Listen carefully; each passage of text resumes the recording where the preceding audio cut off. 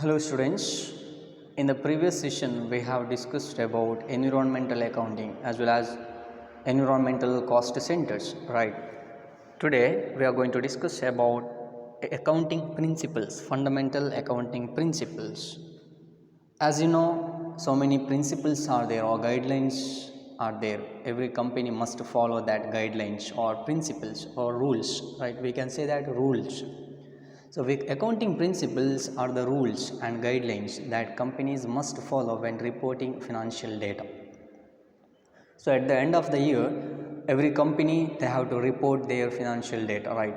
So, when they are reporting their financial data, they have to follow certain principles or certain rules or certain guidelines. So, these rules or guidelines are called accounting principles, right? The Financial Accounting Standard Board FASB issues standardized set of accounting principle.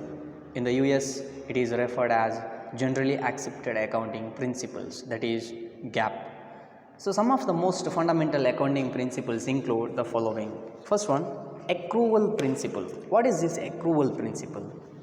So where revenue or expenses are recorded when a transaction occurs rather than when payment is received or made.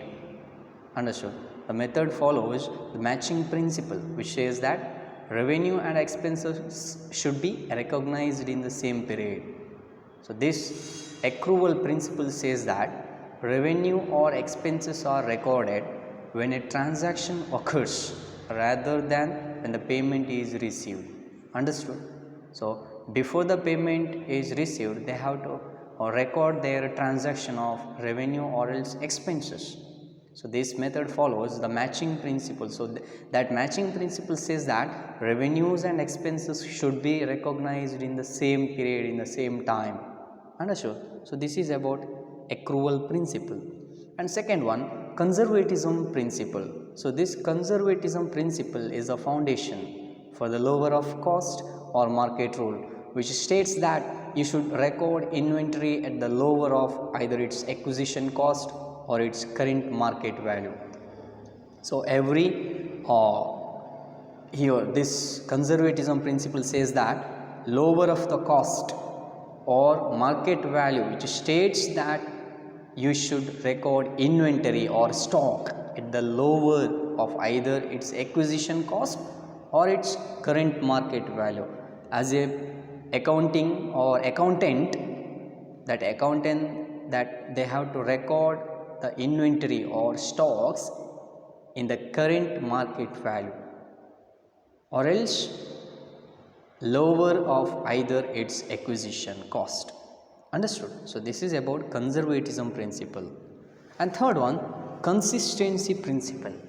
The consistency principle states that once you decide on an accounting method or principle to use in your business, you need to stick with and follow this method or principle consistently throughout the year or throughout your accounting period. Understood? So this consistency says that if you decide on accounting which method or which principle you have to use in your business, then you need to stick with that principle only. You are not supposed to change the principle. You are not supposed to change the methods of accounting. Understood? So follow that method or that principle consistently throughout the accounting period. So this is what the consistency principle says. And next one, cost principle. The cost principle is part of the GAAP, that is generally accepted accounting principle. So here assets should always be recorded at their cost. When the asset is new and also for the life of the asset, take for example, land purchased for rupees 33,000 is appraised at the much higher value because the housing market has risen. Understood? But the reported value of the land will be remain 30,000. Got it? So this is what cost principle. Here assets should always be recorded at their cost. Understood? So next principle, the economic entity or economic entity principle. So this principle says that that the activities of the entity means company, are to be kept separate from the activities of its owner and all other economic entities. Understood? Here the information about entity as well as owner, that we have to kept separate, not the same accounting or not the same books of account. We have to maintain separate books of account to maintain the transactions of owner as well as entity. So this is what economic entity principle says. Understood? Next one, full disclosure principle. Full disclosure principle is a concept that requires a business to report all necessary information about their financial statements and other relevant information to any other person who are accommodated to reading this information.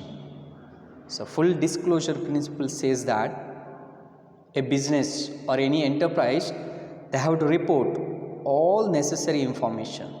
Understood? They have to report all the information about their financial statement. They are not supposed to neglect any information about the company or about the statement. Understood?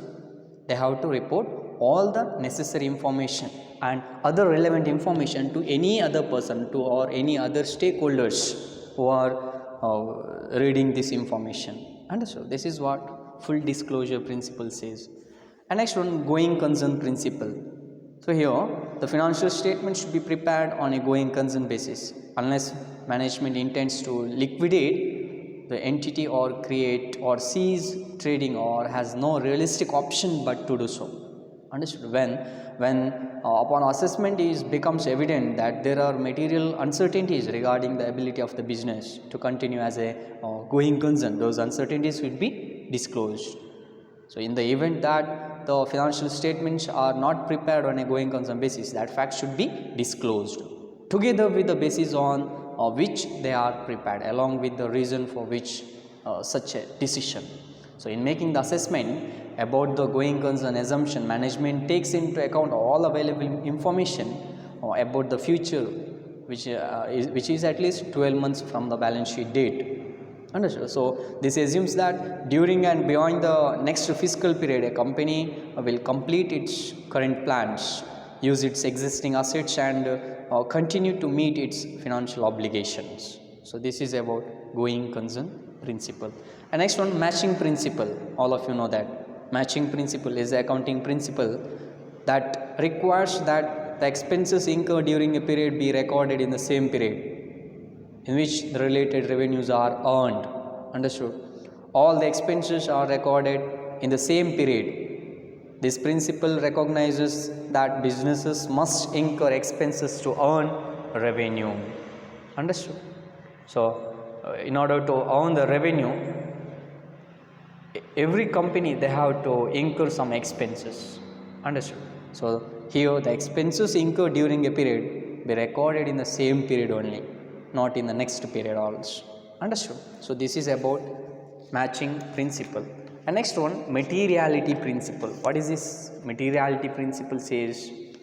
Materiality principle expresses that a company may violate another accounting principle if the amount in question is small enough that the financial statements will not be misleading, or starting and maintaining solid professional accounting practices is essential for the growth of a business. So while you are selecting the principles of accounting or methods of accounting, you have to select a solid accounting method or professional accounting practices. So these accounting practices or this solid maintaining of statements is essential for the growth of the business. And next one, monetary unit principle.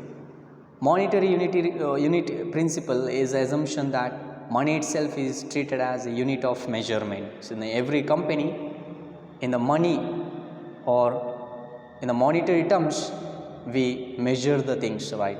And that all the transactions or economic events recorded in the amounts or accounts of a business can be expressed and measured in monetary terms by currency, right? So we always record the transaction or record the books of accounts of a business in a monetary terms. or by a currency, right? So this is what monetary unit principle says. So as a manager of the company, you have to record all the transactions related to the company or related to the enterprise in a monetary terms. Next one, reliability principle. What is this reliability principle says? So this is used as a guideline or determining which financial information should be presented in the amounts or accounts of a business. So reliability principle says that which are the information or which are the financial information should be presented in the accounts of the business. Not all the information, but certain informations are left, right. So this reliability principle says which information or which financial information should be presented in the accounts of the business. And next one, revenue recognition principle. So according to this principle, revenues are recognized when they are realized or realizable, understood? So and are earned usually when goods are transferred or services rendered, no matter when cash is received or not. So revenues are recognized when they are realized. So no matter when the cash is received. So you have to record all the transactions in a books of account. And time period principle. Time period principle states that a business should report their financial statements appropriate to a specific time period. So like quarterly, half yearly, annually, or any other interval depending on the business. So this time period principle states that every business or every enterprise should report their financial statement appropriate to a specific time period. They have to fix the time, or they have to fix the specific time, understood, like quarterly, half yearly, annually, or any other interval depending on the business. So this is about the principles or fundamental principles of accounting. So accounting principles and applicability of IFRS.